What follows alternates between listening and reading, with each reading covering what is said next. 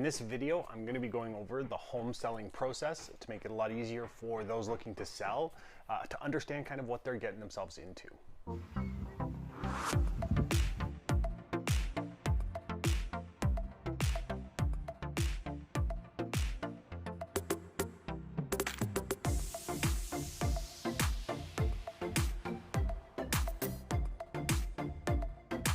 Hey, what's going on? My name is Brad Goetz with Right at Home Realty, and I'm a local realtor here in the Greater Toronto area.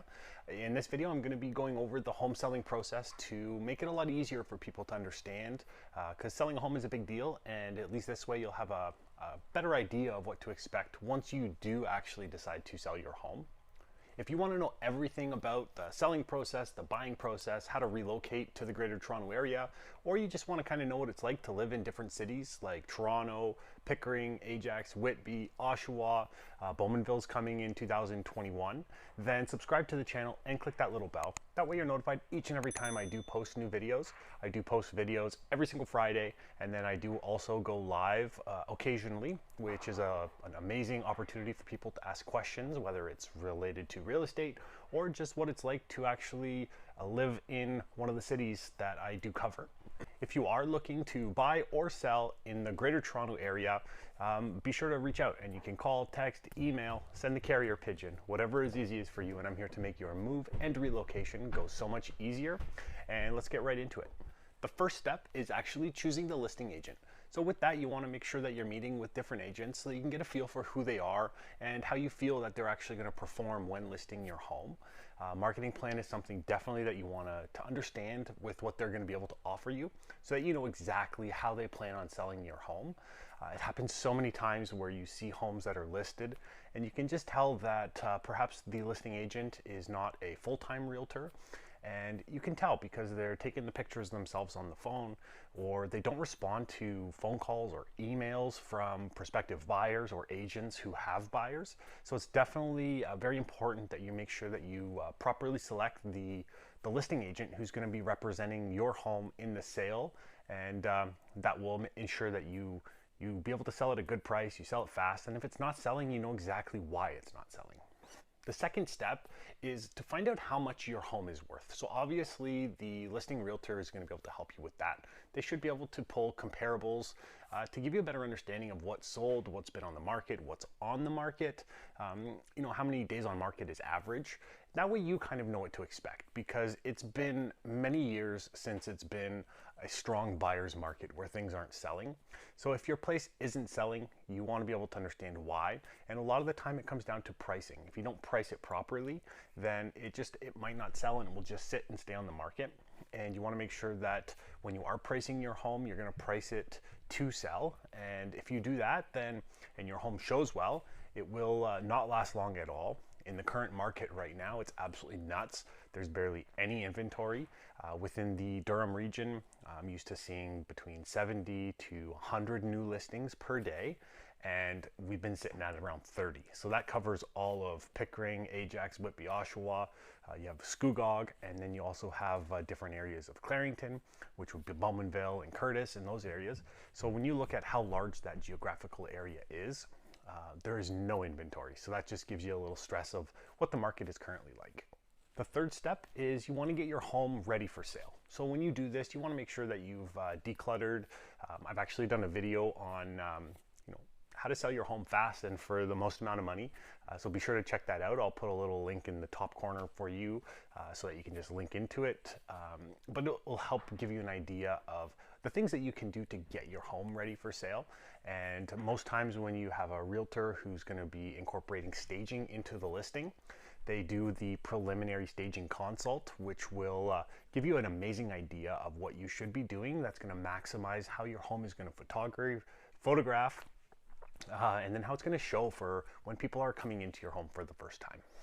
The fourth step is the marketing of your home. So we want to go over, how's your home going to be marketed? So the obvious one is it's going to be put onto realtor.ca, but then you're going to have different avenues that you can do, which is Facebook boosted ads, where a realtor who's done this in the past, they kind of know the different keywords or search criteria that could get put in front of people who aren't going on realtor.ca, but for instance, they might be looking for a detached home in Whitby.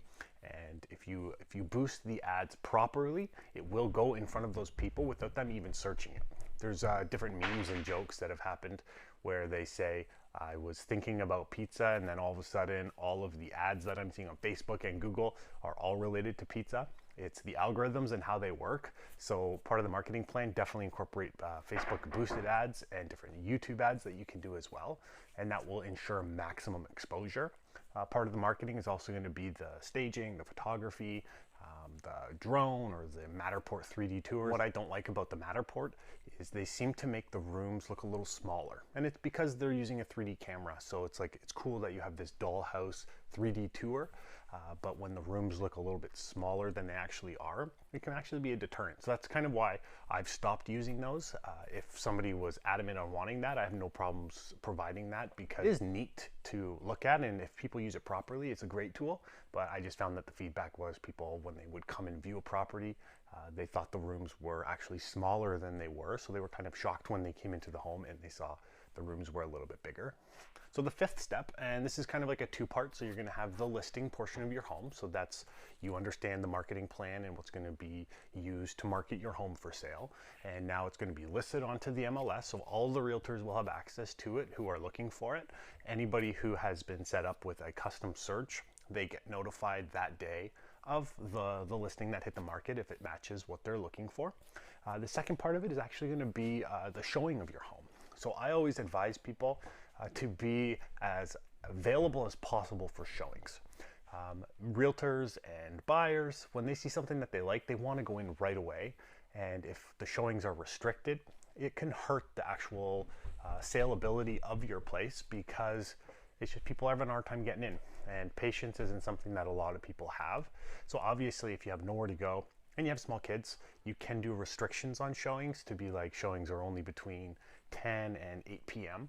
And that's not too bad. But sometimes I've seen it where showings are only Monday, Wednesday, and Friday from 4 to 8 p.m. and then Saturday, Sunday from like 12 until 8. So what you've done is you've really limited the amount of showings that you can have on your house, and you just don't want to do that. So if there's a way that you can be 100% accessible for those few days that is actually going to take to sell your house, it will work out as a big benefit, because you will get more offers and you will be able to sell your home faster and for more money. The sixth part of the selling process is actually the receiving the offers and negotiating. So this is obviously the funnest part of everything, because it gives you that adrenaline of negotiating as a seller to get the most amount of money for your house, and then as a buyer to pay the least amount of money for that house. So the negotiation, if handled properly, it will be a lot of fun, and it will be stressful, and it will be emotional. But at the end of the day, it's going to sell your home for a price you're happy with if it's handled properly. And the buyers, if it's negotiated properly on their end, they're going to be happy with their purchase as well. The seventh step in the home selling process has to do with the inspections and the appraisals. So expect to allow them. And right now we're not seeing a lot of conditional offers on home inspection or financing, but financing will still require an appraisal. So whether it's a firm offer or not, you're still going to have an appraisal that's most likely going to get done. If it's certain banks, they do online appraisals, so they don't come into your house. Other banks, they do require that an actual appraisal is done, which means they're coming to your house and they're checking to make sure that the house is what it's actually listed as. And that's one of the things I feel like appraisals do, is they make sure that, first of all, the buyers haven't overpaid for a house, so that the bank isn't walking into a sticky situation where if the buyer were to default on the mortgage, they're going to be out a lot of money. So that's the first thing that the appraisals do. The second thing is they just confirm the house is actually there, and if it's listed as a 3-bedroom with a finished basement, that it's an actual 3-bedroom with a finished basement. So they're just there to kind of confirm those things. The home inspections, you'll have an inspector come in, ranges anywhere from 1 to 3 hours. You probably won't want to be there for that. I know the buyers won't want you there. And the home inspector, they just go in and they check to make sure that the house is good. So they check the roof, the windows, the insulation in the attic. They check at the walls to make sure that there's no visible signs of water damage. A lot of the inspectors now have incorporated infrared cameras into their inspections, and that just makes sure that there's no high levels of moisture behind walls, or there's, it lets the buyers know of different areas where they could be losing heat, which would just, like little things like that. They'll check the furnace, so the mechanicals, the electrical, they check all of that stuff just to make sure that the house is safe, and the buyers kind of know what they're going to be walking into when buying it. So that's kind of like what the inspections are there for. To be honest, you're not seeing a lot of inspections right now because just the market is so crazy, but it is something that in a normal market you will see offers that are conditional on a home inspection and financing, plus there could be a bunch of different conditions as well. Some of the other inspections that you might encounter, but this would be more so for if you were in the country, it would be water flow tests, which make sure that if it's on a well, that the well is actually providing enough water to the house. And then you could have different inspections like a septic system, where the potential buyers might want the septic system pumped and inspected just to make sure that the septic is okay. And then you could have other things if you have a wood burning fireplace that they're going to want a wet certificate, which is just somebody would go and make sure that the fireplace, the chimney, like everything is okay with the fireplace and that it's up to code. You don't see a ton of it in the city, but if you're out in the country, then you will encounter a lot of those.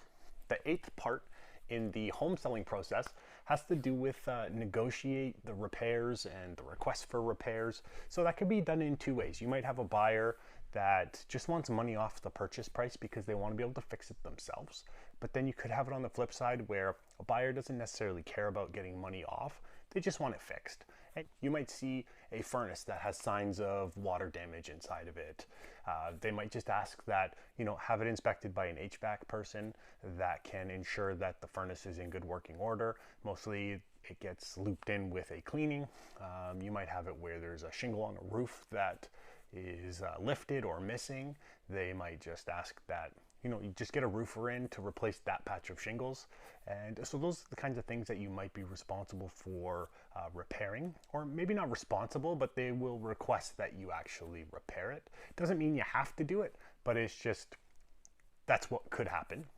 I had an inspection and it was earlier this year, and there was some electrical deficiencies, and then there was the main one was it only had a 60 amp panel, and the current code they need a minimum of 100 amps. So that was actually required that the seller ran a hydro line from the road to the actual panel itself. So that was something that they were fully responsible for.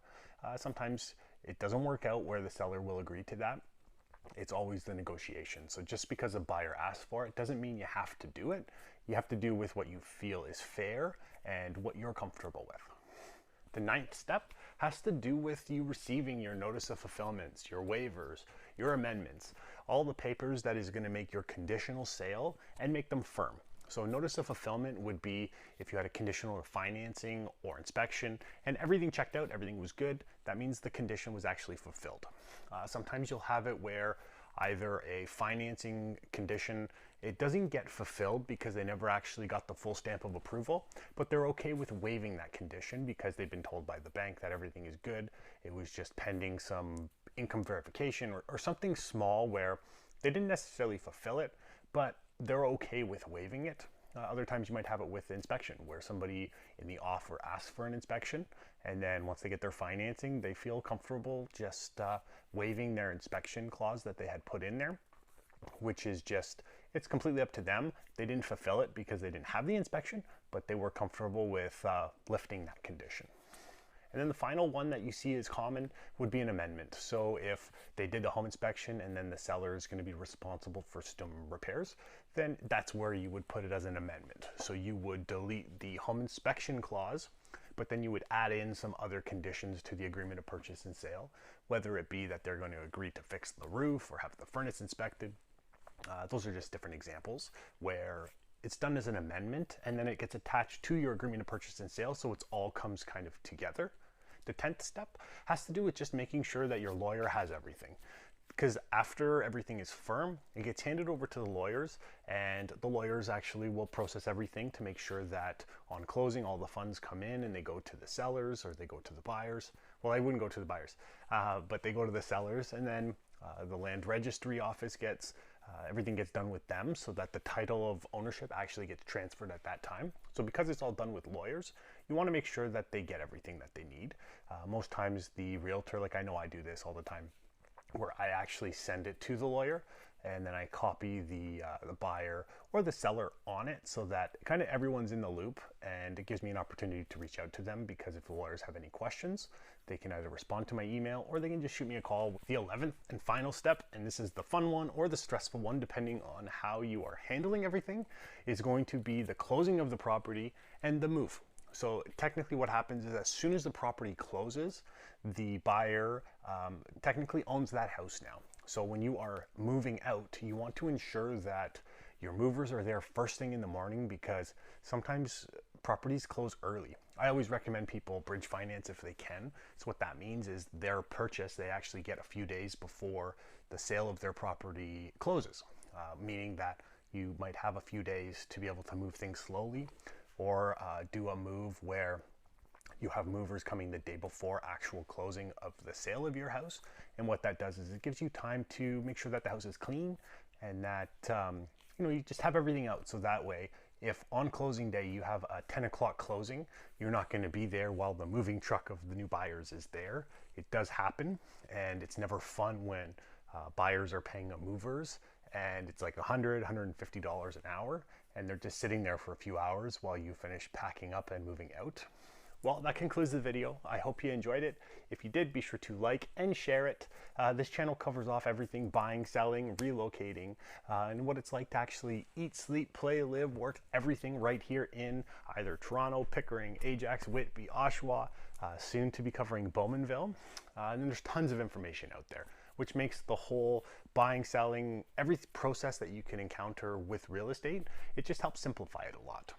I have people reaching out from all over the world, and I absolutely love it. So if you are looking to either move to or from any city in the Greater Toronto Area, be sure to call, text, email, send the carrier pigeon, whatever is easiest for you, and I'm here to make your move and relocation go so much easier. Thanks for watching, and until next time.